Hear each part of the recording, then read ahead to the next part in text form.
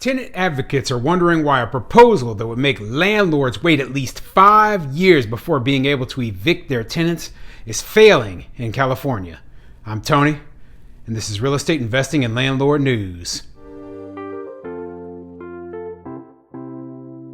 Alright, so I have an update to a video I did a short while ago about a proposal in California that basically would force landlords to wait at least 5 years after buying a property before they'd be able to evict the tenant. So as I mentioned before, California has in place these rent control laws, and there's a few specific exceptions to these laws, okay? And one of those exceptions is if a landlord wants to get completely out of the rental property business, right, and then sell their property. So what a lot of landlords were doing was they were saying, hey, I'm going to buy a property, I'm going to completely get out of the rental property business, right? I'm going to convert all the units over to condos and I'm going to sell them, right? Well, tenant advocates, they threw this new proposal out there to stop landlords from being able to do this. So they wanted to strip the rights away from landlords, more rights away from landlords than have already been stripped. I mean, California already doesn't give landlords that many rights, and they're extremely anti-landlord out there. So a proposal like this, they were like, oh, well, this will keep landlords from being able to, sell the properties, and then the tenants will be able to stay. But here's the problem, okay? Regardless of anything, okay, this would have a ton of unintended consequences.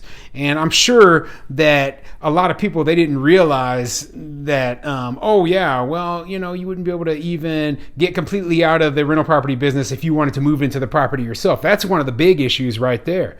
Okay, imagine that. So you buy a property, right? You want to move into the property yourself, and you can't evict the tenants and move into there. Okay, I mean, there's so many little problems with this law, and I'm glad that the legislator in California is not seriously looking at it. But that doesn't mean it's dead. It just means that right now there's no appetite for this kind of thing. So yeah, I'm sure that real estate developers, they were developers and landlords, etc. They hired lobbyists to go fight against this rule, and I would have too, because this kind of thing, it can basically make it so it is unprofitable for landlords or developers to even operate in the state of California.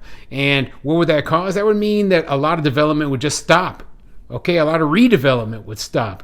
And a lot of people would just be like, hey, I don't even want to be involved in investing in our money in this state because of this ridiculous law. So, yeah, I mean, awful situation.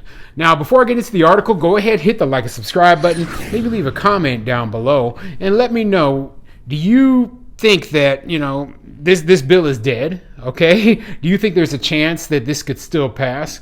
I don't, okay? I think that at least for the time being, this is a dead issue. I thought it was a completely ridiculous law, and I already, stated why I don't like it, on the other video I created. So yeah, it's one of those things where, I think the tenants and the tenant advocates and the, far left progressives are pushing too far, too fast. Okay, they're throwing too many rules out there, and they're catching a lot of flack for it. And finally, at this point, it's reaching a point where, hey, we can't do this because this is going to kill our state. So this article is coming from abc10.com, and it says, why is a tenant protection bill failing in the California legislature again? The proposal would require landlords to keep units for at least 5 years before using a state law to evict renters. Well, I think the state law, the landlords, the fact that they have to go through all that and mess with the state law in the first place just to evict renters is bad enough. Okay, that shouldn't even be an issue. But the few times when landlords are, they're going through this whole process in order to finally make money and finally get rid of these tenants, you got to do what you got to do. This isn't a big issue in my opinion, but let's see what the article says. Tenant advocates, racial equity groups, YIMBYs, and even some of their usual opponents wanted to see the bill pass. The cities of San Francisco and Los Angeles, which rarely see eye to eye on housing issues, as well as every Democrat on the Assembly Housing and Community Development Committee, had signed on.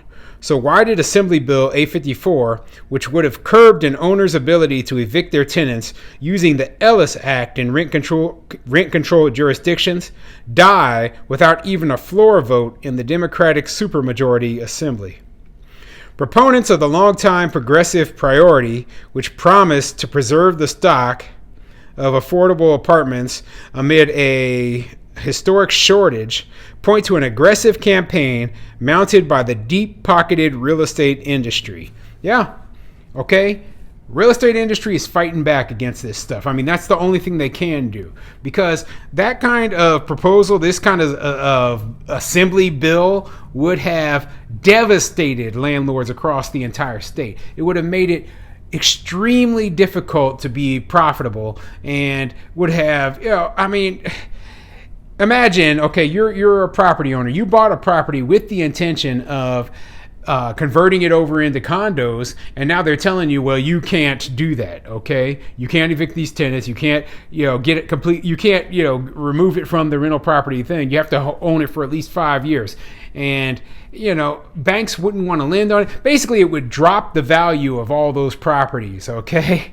Because if you can't do what you want to do with them, and you're just stuck with these inexpensive rent-controlled rents, then you're not going to be able to make any money. So why would anybody want to buy that property then? A lot of people are just going to say, no way, I'm not doing it. I'm not buying the property. There's no way for me to make any money doing it, so I'm not going to do it. That would cause, demand to go down, prices to go down, and, that could cause a real estate crash in a place like California, in my opinion.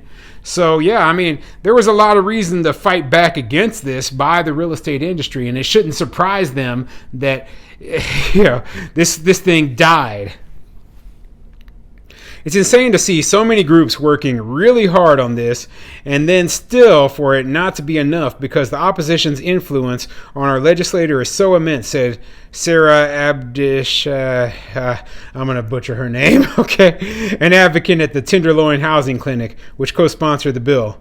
But just as a diverse group of advocates coalesced to support the bill, thousands of property owners, even those outside unincorporated LA County and 20 rent-stabilized cities directly affected, opposed it, united by a sense that the state is chipping away at their rights, just as COVID-19 has decimated their business. It may not be in my area, but it could be next time, Sanjay Waggle, Senior Vice President of Governmental Affairs at the California Association of Realtors, said his members told him. I think there's a growing sense of sort of commonality of interest, which may not have existed before, between the Fresno property owner and the San Francisco property owner. So yeah, this thing was only going to be affecting areas that are under rent control right now. But these guys, they see the writing on the wall, okay? This is California. So before you know it, more and more jurisdictions are going to be passing rent control. And before you know it, it could be the entire state. So they're fighting against it now. They're taking a preemptive strike. This is what I tell landlords they have to do. Take a strike against this stuff now before it spreads to where you're at, okay? So, I mean, that's why I'm always covering these articles about rent control. Even though I live in Nebraska, I invest in Nebraska, I invest in Missouri, two places that don't have rent control, because I don't want to see those things spread here.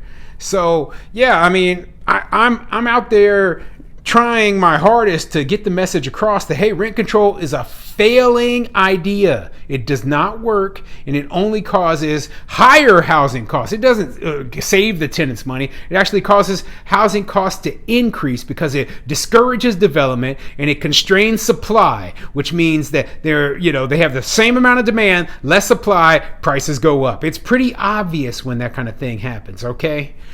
Oh, man, but yeah, I mean, these landlords in California, the California property owners, they fought against it, and fortunately they were able to nip this thing in the bud. So let's keep going. Assembly member Alex Lee, the Democrat from San Jose who authored the bill, says the legislation would have passed out of the Assembly over to the state Senate, but for the recent departures of 4 Democrats, right?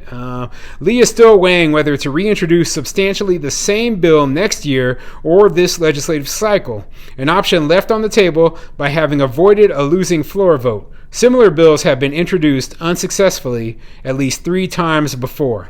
So yeah, this thing isn't dead yet, and that's why landlords got to keep fighting this kind of stuff, okay? So, one of the very few ways that landlords were able to evict these rent-controlled tenants and hopefully be able to turn a profit, and of course, they wanted to get rid of it. Now, like I said earlier, okay, I don't believe that this sort of legislation that prevents landlords from being able to remove tenants from their property should even be in place in the first place, right?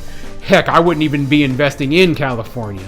But for those who do and those who are already there, it's nice to have tools available that they can use to, get rid of these tenants so that they can actually make money.